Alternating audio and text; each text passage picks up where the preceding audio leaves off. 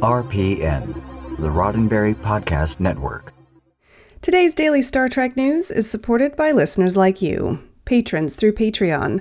Find out more and add your support at patreon.com/Daily Star Trek News. Hello and welcome to your Daily Star Trek News from the Roddenberry Podcast Network. I'm Allison Pitt, and today is Friday, August 28th, 2020. On today's show, Wil Wheaton will narrate Ready Player 2, the upcoming sequel to the New York Times bestselling novel Ready Player 1.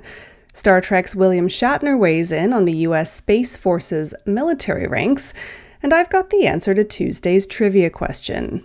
All of that coming up next. Penguin Random House Audio has announced that Star Trek The Next Generation actor Wil Wheaton is back behind the microphone to narrate Ready Player 2, the sequel to the immensely popular novel Ready Player 1 from author Ernest Cline. When Ernest Cline's dystopian novel Ready Player 1 was published in 2011, it gained immediate popularity. It quickly became the first book to reach number 1 in print, ebook, and audiobook formats, remaining on the New York Times bestseller list for nearly 2 years. The audiobook of Ready Player 1, which was also narrated by Wil Wheaton, spent 7 months on the bestseller list, and his work has earned him the honor of recording the sequel. Now, we told you earlier this week that in addition to his on-screen performances, Wheaton has done a fair amount of voice acting in his career, and he's been busy recording audiobooks as well. Aside from Cline's Ready Player 1 and Armada, Wheaton narrated Andy Weir's The Martian, as well as books by authors John Scalzi, Randall Munroe, and Joe Hill. Ernest Cline's Ready Player 2 will be released on November 24th in multiple formats, including print, ebook, audiobook, and CD. Print versions and the audiobook are available for pre-order now from multiple sellers including Amazon and wherever you get your books. And now, should life imitate art? William Shatner has weighed in on the heady subject of military ranks. The United States Space Force is still in its infancy, and it hasn't yet decided on its rank structure. Naturally, Star Trek's first captain took it on himself to weigh in on the subject and proclaim his support for using Navy ranks. In an op-ed published on militarytimes.com, Shatner laid out his argument why captains should be in charge of space vessels rather than colonels. Shatner's request is actually in line with the U.S. House of Representatives' views. In July, they signed off on a resolution that would see the Space Force use Navy ranks. That would both help distinguish it from the Air Force and also align well with the expectation that the Space Force's activities will end up looking similar to the Navy in terms of logistics and locations. However, since the current Space Force has effectively been transformed from existing Air Force personnel, the temporary ranks would theoretically put a colonel in charge of a starship. The Space Force itself has not officially confirmed what the permanent ranking system will be. Ignoring logistics and other practical considerations in his op-ed, Shatner lays out his reason for Navy ranks: entertainment, space history. He cites several examples of film and television which preceded actual spaceflight by decades. Captains, he says, succeed as heroes, while colonels fail miserably. And while the assertion that the Space Force should follow Navy ranks because of Hollywood is arguably weak, he does also make an appeal on behalf of public sentiment, saying if you want the public to believe in heroes, you should adopt the Navy ranks as they're the ones the public is most used to being heroes. Just my kernel of wisdom.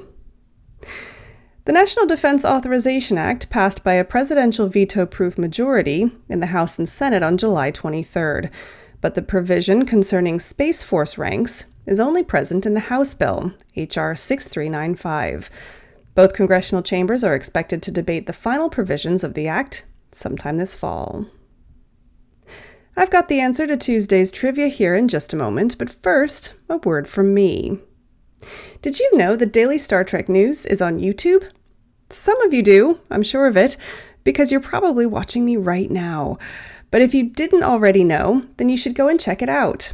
Recently, I made the switch to recording this show on video, so now you can get your video fix as well as your audio fix, and sometimes a few visual aids as well.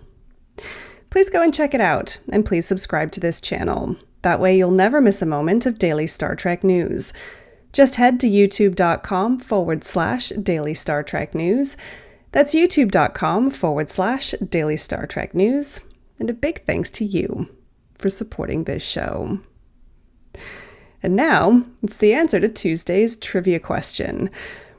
On Tuesday, I asked you, in the series premiere of Star Trek Voyager, Caretaker, Captain Janeway goes to a penal colony in New Zealand to pick up Tom Paris and add him to her crew.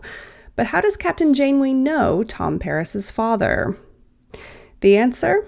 Janeway served under Admiral Owen Paris as a science officer on the USS Al-Batani. Bonus points now if you knew the origin of the name of the ship, Al-Batani. According to Encyclopedia Britannica, Al-Batani was an Arab astronomer and mathematician who focused on how the Earth moved around the sun, including refining values for the length of the year and for seasons. Al-Batani's most famous works were compiled and translated into both Latin and Spanish, and the compendium was eventually published under the Latin name De Motu Stellarum, or On Stellar Motion, in 1537. For more Trek trivia, tune in next Tuesday. Now, one last thing before I go. This week has been another one of unprecedented suffering in our country, after what was already a whole summer of unprecedented suffering. On Sunday evening in Kenosha, Wisconsin, a black man named Jacob Blake was shot in the back by police in front of his children. And on Tuesday, a young white man opened fire on a group of protesters in the city, killing 2. We are suffering because parts of our country still refuse to admit that Black Lives Matter and that violence against Black people must stop. This is a Star Trek news show. Presumably, you're watching or listening because you are a Star Trek fan. Now, if you believe in the Star Trek ideal of infinite diversity and infinite combinations, then you have a responsibility, a personal responsibility, to do your part to help us ensure that that future happens. So here's where to start. If you're able, please make a contribution to the Movement for Black Lives at m4bl.org. And if you're not sure of what to do or why any of this matters, please take the time to tune into the Black National Convention this evening, Friday, August 28th. It's being broadcast live from 7 p.m. Eastern on blacknovember.org and multiple social media places. In it, a coalition of Black leaders will ratify a Black political agenda ahead of this November's presidential election. Once again, please consider a contribution to the Movement for Black Lives, which is a coalition group that includes Black Lives Matter and more than 50 other Black justice groups. Also, make plans to tune in to the Black National Convention this evening at 7 p.m. Eastern.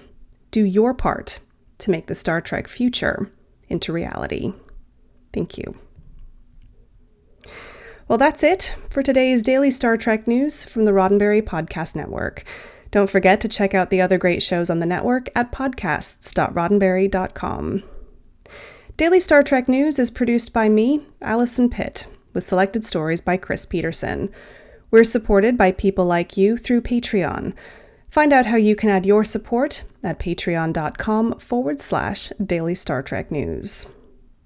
Sign up for the Daily Star Trek newsletter at dailystartreknews.com/contact. Get all the day's Star Trek news delivered straight to your inbox every weekday morning. And if email's not your thing, then don't forget to follow Daily Star Trek News on social media. We're at Daily Trek News on Twitter and Instagram. I'm back on Monday with more of the Star Trek news you need to know. I'm Allison Pitt. Have a wonderful weekend, and live long and prosper. Podcast.roddenberry.com, the Roddenberry Podcast Network.